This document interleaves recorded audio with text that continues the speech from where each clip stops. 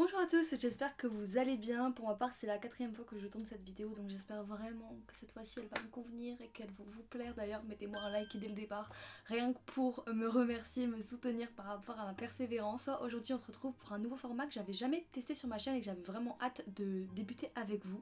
Cette idée de vidéo, elle m'est apparue à la suite de l'écoute d'une émission de True Crime. Je sais pas si vous aimez ce genre d'émission, mais moi personnellement, j'aime beaucoup. L'émission abordait une affaire de meurtre dont un détail aurait possiblement été inspiré d'un roman. En l'occurrence, c'était, il me semble, le nom que l'assassin avait pris, donc le nom de code, et aussi quelques thématiques, quelques références qu'il avait puisées de ce roman pour attirer une jeune fille et l'assassiner. Et cette jeune fille était alors étudiante en littérature anglaise ou étrangère, je ne sais plus. D'ailleurs, si vous savez de quel crime je parle, n'hésitez pas à me le mentionner parce que moi j'arrive pas à m'en souvenir. Quoi qu'il en soit, les enquêteurs de l'affaire avaient essayé de puiser un peu autour de cette piste, mais au final elle s'était avérée comme une fausse piste. Mais moi ça m'est resté en tête et je me suis demandé s'il existait réellement des romans qui avaient inspiré des crimes possibles. Donc dans cette vidéo on va aborder 2 romans qui ont potentiellement inspiré des crimes.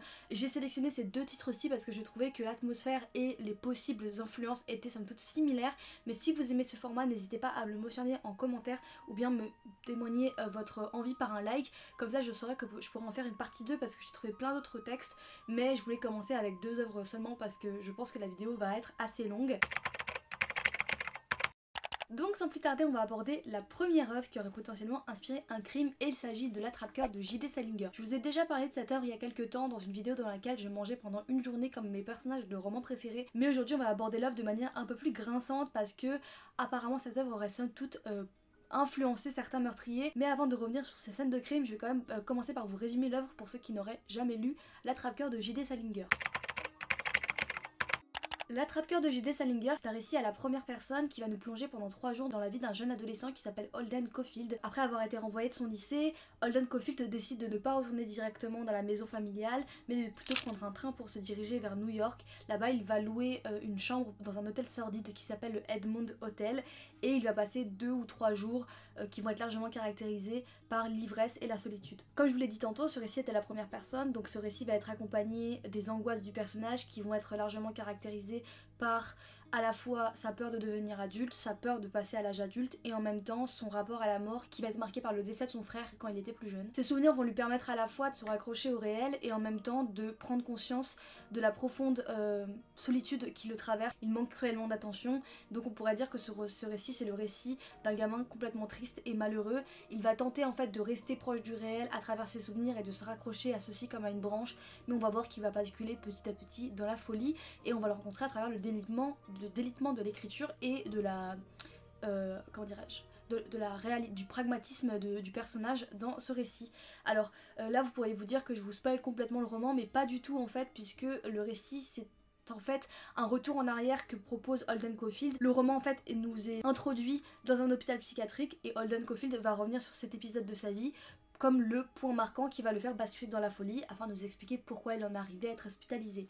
On sait que cet épisode va être catastrophique, ce texte n'en perd pas pour autant sa force d'écriture, bien au contraire, et je pense que le sel de ce roman se déroule vraiment dans la personnalité d'Holden Caulfield, mais aussi dans cette vivacité, dans ce réalisme en fait de ce discours d'un jeune adolescent qui va être profondément malheureux, profondément en proie à une solitude qui va le faire basculer dans la folie. Donc contrairement à ce qu'on pourrait croire, le succès de The Catcher, donc L'Attrape-Cœur en français, n'a pas été immédiat. Il faudra attendre 4 ou 5 années supplémentaires pour que ce roman devienne culte. Néanmoins, il va toujours rencontrer un succès grandissant, surtout après les publications postérieures de J.D. Salinger, qui va publier tout un tas de nouvelles qui vont être sans cesse acclamées par la critique, bien que à partir d'un certain moment, la critique anglo-saxonne va tenter de dézinguer J.D. Salinger, notamment après la publication de Franny and Zooey, mais globalement c'était quand même un auteur largement apprécié en Amérique et en Angleterre qui va être acclamé et qui va conduire au succès de L'Attrape-Cœur. Ce qui va conduire The Catcher à être publié en France par les éditions Robert Laffont en 1953 sous le nom un petit peu raté de L'Attrape-Cœur, qui fait référence à L'Arrache-Cœur de Boris Vian pour ceux qui connaissent. À ce moment-là, l'œuvre ne rencontre pas forcément le succès qu'ils espéraient et il faudra attendre 1961 avec Nine Stories pour que l'œuvre rencontre le succès qu'il avait rencontré aux États-Unis. Malgré ses ambitions, l'auteur ne s'attendait pas du tout à ce que le roman rencontre un tel succès et après la popularité que va rencontrer le roman, il va décider de se recentrer sur lui-même et de vivre un peu de manière reclue. Il ne va jamais accorder aucun interview ni oral oral ni écrit. Aucune photo de lui ne va apparaître à partir de sa décision de s'éloigner des médias. D'ailleurs, depuis son décès en 2010, il y a une journaliste qui est revenue avec apparemment un enregistrement de sa voix, mais elle est revenue sur la volonté de la publier puisque apparemment elle avait enregistré cet audio, cette interview à son insu. Même si vous ne l'avez jamais lu, je pense que vous connaissez tous et toutes L'Attrape-Cœur de J.D. Salinger, et pour cause c'est un des récits les plus connus de la littérature contemporaine américaine. Malheureusement cette œuvre n'est pas reconnue et connue juste pour ses qualités littéraires. En effet, elle a été supprimée et retirée de plusieurs bibliothèques étudiantes américaines parce qu'elle aurait influencé dans une moindre mesure le meurtre de plusieurs crimes commis par Mark David Chapman, John Warnock Hinckley et aussi Robert John Bardo, puisque ces hommes possédaient tous comme livre de chevet L'Attrape-Cœur de J.D. Salinger. Le premier assassinat aura lieu en 1980 à New York. À ce moment-là, l'Amérique pleure la mort de John Lennon qui va être assassiné par un fan qui s'appelle David Chapman, qui va s'appeler Mark Chapman, pardon. Je fais une espèce de confusion avec l'œuvre qui va suivre, je sais pas si vous avez la ref, mais en 1980, on pleure la mort de John Lennon puisqu'il va être assassiné par un de ses fans qui s'appelle Mark Chapman, qui va l'assassiner devant son hôtel, et l'auteur de cet assassinat portait alors sur lui l'œuvre de J.D. Salinger. Un an plus tard, c'est Ronald Reagan qui va échapper à une tentative d'assassinat par un certain John Warnock Hinckley, qui était alors obsédé par Jodie Foster, qui était l'actrice de Taxi Driver, et pour attirer son attention, je parle trop vite, désolée, mais avec le fait que j'ai répété plein de fois ce script, j'ai un peu besoin d'arriver au bout, mais j'espère que vous suivez quand même. Donc on reprend. Les enquêteurs arrivés dans la chambre de Hinckley après les faits, vous retrouvez un exemplaire de l'Attrape-Cœur dans sa chambre.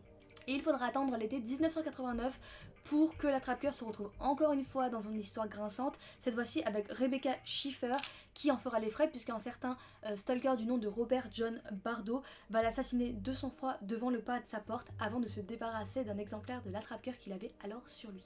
Personne n'a réussi à comprendre quelle était l'influence que portait l'Attrape-Cœur sur ces trois crimes, néanmoins on ne peut reconnaître qu'il y a eu quelque chose qui émanait de ce texte et qui a poussé ces Américains à assassiner ou à tenter d'assassiner de sang-froid des hommes et des femmes. Mais j'aimerais quand même revenir sur la première histoire d'assassinat dont je vous ai parlé, à savoir l'assassinat de John Lennon, parce que je trouve que finalement l'influence de l'Attrape-Cœur est celle qui est la plus marquante et la plus romanesque, j'irais même jusqu'à dire stupéfiante.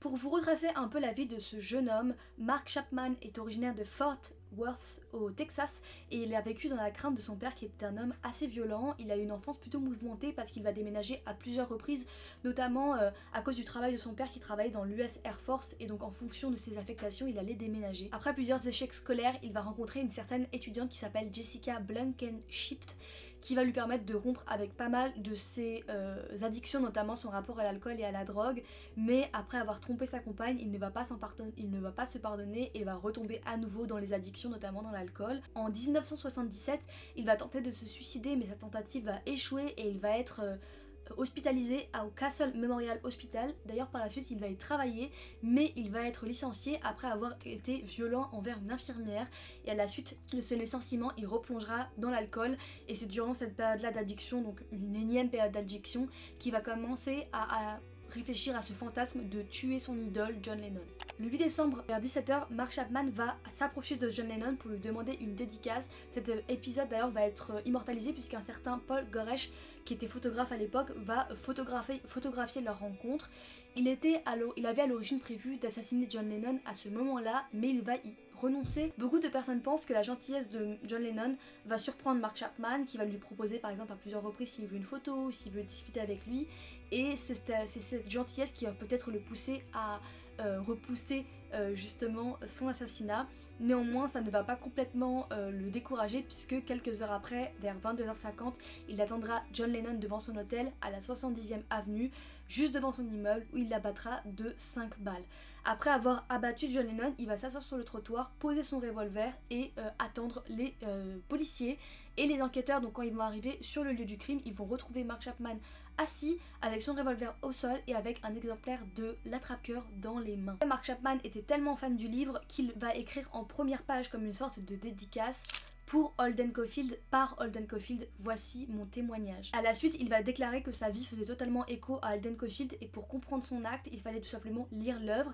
Il était tellement persuadé d'être le protagoniste qu'il va considérer que son assassinat de John Lennon constituait le 27e chapitre de ce roman en 26 chapitres. Un peu plus tard, il va être interviewé par le New York Times. Il va réaffirmer cette nécessité de lire l'œuvre pour comprendre ses faits, mais encore aujourd'hui, personne n'a jamais réussi à comprendre la corrélation entre l'assassinat de John Lennon et le personnage de Holden Caulfield. Quoi qu'il en soit, même s'il a affirmé à 2 reprises que l'attrape-cœur avait une influence sur cet assassinat, un peu plus tard dans les années 2000, il va revenir sur son témoignage en affirmant qu'il était allé trop loin en s'identifiant en protagoniste, mais on pourrait justifier ce revirement de situation, ce revirement de témoignage par le fait que Chapman a essayé à plusieurs reprises de demander à la justice de réduire son temps d'incarcération. Je crois qu'il a essayé une dizaine de fois de demander à sortir plus tôt, mais ça a toujours été refusé, notamment grâce à l'influence de Yoko Ono, la compagne de John Lennon à l'époque, qui à chaque fois s'opposait violemment à ce que cet homme soit libéré. Encore aujourd'hui, personne n'a réussi à comprendre ce qui avait influencé à ce point-là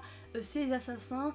On pourrait se dire que voilà, l'anticonformisme du héros a clairement bouleversé les Américains, même si on ne peut pas en justifier réellement les raisons. Peut-être que c'est ce mépris que rencontre Holden Caulfield pour les adultes et en même temps cette fascination qu'il a pour le monde adulte qui va le fasciner et en même temps le débecter. Peut-être que ces hommes qui ont tenté de commettre des assassinats ou qui ont assassiné, qui ont commis des crimes, peut-être qu'ils vont se reconnaître dans ce personnage de Holden Caulfield par ce biais-là, par ce côté de personnage inadapté qui n'est pas capable de se transposer dans le réel. Peut-être que c'est ça qui va les pousser vraiment à s'identifier à Holden Caulfield et à commettre ces crimes, bien qu'il n'y ait pas d'assassinat dans l'attrape-cœur. J'attends vos retours en commentaire. Qu'est-ce que vous pensez de l'influence de ce premier roman? Est-ce que vous pensez que voilà, c'est juste une influence latente ou bien que vraiment il y a quelque chose qui s'émane de cette œuvre? En tout cas, pour beaucoup de lecteurs, il y a clairement quelque chose, un pouvoir qui émane de cette œuvre et qui va être exploité. Et après la mort de J.D. Salinger, qui n'a jamais confirmé ou contredit ces rumeurs, et bien toutes les spéculations, elles vont grandir de plus en plus. Et l'une des plus propagées par les lecteurs, c'est l'idée selon laquelle le FBI ou la CIA aurait potentiellement utilisé l'œuvre pour matrixer la pensée de certains assassins et les conduire à commettre des crimes pour des personnalités qui seraient dérangeantes. Le fait que le meurtrier de John Kennedy possédait également une œuvre de l'attrape-cœur va aller dans le sens de cette théorie du complot, et c'est également le cas pour Peter Falconio, qui est un touriste britannique qui a disparu en 2001 en Australie lorsqu'il lisait l'attrape-cœur. Le second roman dont je voudrais vous parler s'intitule Rage. C'est un roman écrit par Stephen King, mais il avait été publié à l'époque sous le pseudonyme de Richard Bachman, et c'est pour ça que je faisais une confusion entre Chapman et Bachman. Ce roman raconte l'histoire d'un lycéen qui va tuer son professeur de chimie avant de prendre sa classe en otage, avec laquelle il va faire une sorte de psychothérapie de groupe. Là, ce résumé est assez succinct, mais je vais revenir de manière un peu plus poussée sur les étapes de ce roman. Le protagoniste principal de ce roman s'appelle Charles Decker, c'est un élève en dernière année de collège. C'est un élève plutôt solitaire, qui n'a pas d'amis, qui intériorise beaucoup. Pour vous permettre de cerner un petit peu la personnalité de celui-ci, je vais vous lire un extrait. Quand on a 5 ans et qu'on a mal quelque part, on crie pour que le monde entier soit au courant. À 10 ans, on gémit, mais dès qu'on arrive à 15 ans, on commence à grignoter la pomme empoisonnée qui pousse sur votre arbre de douleur personnelle. On commence à bouffer ses poings pour étouffer les cris. On saigne à l'intérieur. L'histoire va commencer lorsque Charles Decker va être convoqué par son proviseur pour discuter d'un incident qui s'est passé quelques semaines plus tôt. Il avait alors agressé avec une barre de fer son prof de chimie qui s'était retrouvé à l'hôpital, et ce qui avait entraîné son exclusion temporaire. À ce moment-là, Charlie, plutôt que de faire patte blanche, il va plutôt provoquer volontairement le proviseur qui va lui promettre son renvoi, et en sortant du bureau du proviseur, il va se diriger vers son casier où il va récupérer une arme avant de brûler d'enflammer son casier. Puis il va se rendre dans sa classe, donc il avait quitté pour aller rejoindre le proviseur. Il va tirer à bout portant sur le prof de mathématiques, non, le prof de chimie, dans son professeur de maths, puis un second professeur qui va être attiré par le grabuge avant de prendre en otage sa classe, mais sans vraiment de réelle raison. Alors que la police arrive et tente en fait de procéder aux échanges avec Charlie pour l'entraîner à libérer les otages, Charlie lui va commencer une espèce de psychothérapie de groupe avec les élèves de sa classe, notamment en abordant des épisodes de sa vie passée et des épisodes assez troublants par rapport à sa famille. Ce qui va entraîner d'autres élèves à se livrer à leur tour en racontant des épisodes un peu marquants de leur vie, et on va avoir le sentiment que la plupart des élèves vont avoir une espèce de syndrome de Stockholm vis-à-vis de Charlie, c'est-à-dire qu'ils vont vraiment l'idolâtrer, mis à part un seul personnage qui s'appelle Ted Jones. C'est un jeune garçon plutôt hautain qui va exécrer Charlie et vice versa, et Charlie va tenter de lui tirer les verres du nez sans succès, mais ça va tellement exécrer Ted Jones qu'il va finir par essayer de s'enfuir, mais il va être rattrapé par les élèves qui étaient alors pris en otage, qui vont l'en empêcher et le prendre en grappe jusqu'à le plonger dans une position hyper catatonique, et quand les policiers vont récupérer les otages, eh bien il restera encore dans cette espèce d'état de semi-folie. Ce récit peut vous avoir inspiré tout un tas de faits divers qui a pu se dérouler aux États-Unis, un jeune étudiant, une arme, une prise d'otage, tout ça on l'a déjà entendu, mais en tout cas il y a plusieurs épisodes marquants qui ont clairement été influencés par cette œuvre. En premier lieu, il y a en 1988 un certain Jeffrey Line Cox, un lycéen de San Gabriel, qui va prendre en otage sa classe armée d'un fusil avant d'être maîtrisé par un autre élève.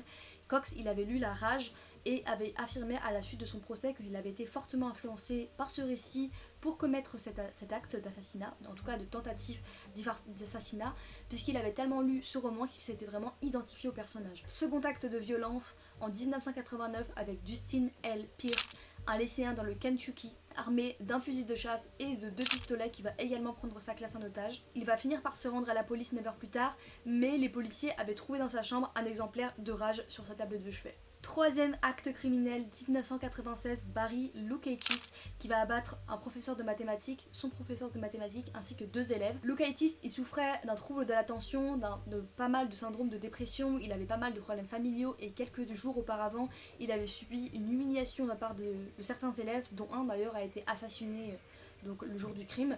Mais malgré toutes ces possibilités qui auraient pu être les raisons de son crime, Loukaitis, il va affirmer que lors de son procès, que ces actes avaient largement été influencés par la lecture de Rage. Quatrième acte criminel, il me semble, 1997, Michael Carneal, âgé de 14 ans, va ouvrir le feu sur un groupe de prière de son école, tuant 3 jeunes filles et en blessant 5 autres. À la suite de ce crime, il va être arrêté et diagnostiqué de schizophrénie. Et pour finir, 5e acte criminel, qui je pense est le plus connu d'ailleurs, 1999, fusillade dans un lycée à Columbine, qui va contraindre Stephen King à arrêter la publication de Rage et à demander qu'on ne laisse plus paraître cette œuvre. Lors d'une conférence sur la violence dans les écoles, il va aborder ce point et dire que cette décision a été plus de l'ordre du soulagement que du regret, car même si son roman n'était certainement pas l'un des principaux facteurs dans ce genre d'action meurtrière, cela pouvait être un facteur potentialisant pour des adolescents mentalement instables. Books or movies are ever the cause of this sort of violence. And I don't think that's true of video games either. I think that of all the kids who play these things, somewhere among them are kids upon whom a certain violent scenario will act as an accelerant. I think in most cases, if they don't find that book or that movie that they want to act out. For instance, James Holmes went into a showing of the Batman movie, a midnight showing, and he was dressed as the Joker. If that movie doesn't exist, does that mean James Holmes lives a perfectly normal, constructive life? The answer, I think, is no. He finds another outlet, some other trigger that causes the violence, but the violence is part of that person's character. The trick is to find these people before they do it. But I didn't want Rage to be one of those accelerants, so I pulled the book. King va quand même réaffirmer que ce n'est pas un disque, un film ou un roman qui allait être les facteurs pouvant conduire à une telle violence, puisque la fiction ne faisait que reproduire une violence déjà existante, et que le vrai problème qu'il y avait aux États-Unis, c'était la facilité qu'avaient les gens à se procurer des armes. Sans parler des similitudes vraiment flagrantes qu'il y a entre les crimes réalisés et la fiction, ce qui est intéressant dans cette œuvre, c'est que Stephen King, à l'écriture de Rage, va de manière sous-jacente expliquer les raisons de l'attitude de Charlie et les expliquer sous plusieurs points. Et donc finalement, on pourrait se servir de cette réflexion personnelle de l'auteur à l'écriture de Rage comme un justificatif des crimes qui se sont passés dans la vie réelle. Le premier facteur qui, selon Stephen King, aurait pu influencer Charlie Baker à commettre ce crime, c'est la responsabilité parentale. Durant cette espèce de thérapie de groupe qu'il va entamer avec les élèves qu'il a pris en otage, va rappeler plusieurs épisodes marquants de son enfance comme un espèce de justificatif de sa violence aujourd'hui, mais c'est surtout un moyen pour lui de revenir sur l'autorité parentale qu'il considère comme complètement fictive. Son père, en fait, dans sa position, même s'il était violent avec lui a montré les failles de la réalité du monde adulte, avec l'idée que même si lui voulait représenter cette figure paternelle, n'était finalement qu'un lâche. C'est ça qui va le pousser à avoir une espèce de première opposition avec l'autorité, qui va ensuite découler à une opposition contre toutes les formes d'institutions, dont l'école. Au départ du récit, Charlie va manquer d'estime de lui, mais quand il va commencer à pouvoir maîtriser ses états d'âme, il va être beaucoup plus insolent envers le proviseur ou agressif envers les professeurs. Et en fait, cette défiance, ça va juste être une cause à effet pour lui, parce qu'il se rend compte qu'il y a une espèce d'hypocrisie dans cette autorité des adultes, et bien il se permet de faire ce qu'il veut. Donc globalement, en fait, à travers ces deux pôles d'institution, ces deux formes d'autorité, la critique que va faire Stephen King et que va faire Charlie à travers son acte, c'est la critique d'une société hypocrite qui essaie de faire croire à des enfants, à des jeunes adolescents, qu'à travers une autorité éducative, on peut accéder à la liberté de celle d'être adulte, alors que pourtant Charlie lui constate à travers beaucoup d'exemples qu'il va émettre dans ce roman que bien la liberté d'être adulte n'existait pas et qu'elle-même elle subit une forme d'autorité. Ce qui permet en fait de basculer les rôles et de permettre et de conférer à Charlie l'autorité suprême, le poussant en fait à transgresser toutes les règles jusqu'à commettre des assassinats. Tant l'attrape-cœur que Rage se rapproche sous la même thématique, à savoir l'absurdité de la vie. C'est ça qui a conduit beaucoup de meurtriers à s'identifier à ce point-là au personnage, parce qu'il y a une telle similitude, on est tellement proche du réel que c'est facile en fait de transposer le roman, le récit, la fiction sur la vraie vie. Et je trouve que les deux thématiques qui se rejoignent beaucoup, c'est la société hypocrite et la vacuité du réel. Et je pense que c'est ça qui a peut-être conduit cette espèce de folie meurtrière chez tant de personnes. Néanmoins, j'aimerais beaucoup connaître votre avis. Quelle est pour vous la part d'influence d'une œuvre artistique sur ce genre d'action? Est-ce que vous pensez que la théorie du FBI pour J.D. Salinger est réelle? Est-ce que vous pensez que Stephen King a eu raison de stopper la publication de son œuvre, ou bien peut-être qu'il a trop exagérer l'influence de son récit sur ses crimes? Qu'est-ce que vous pensez de ce type de format? Est-ce que vous voulez une partie 2, etc.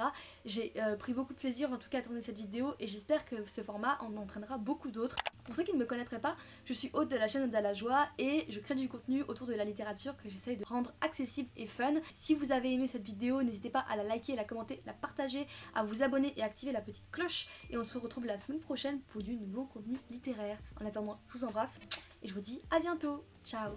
Quel débit ma parole, quel débit.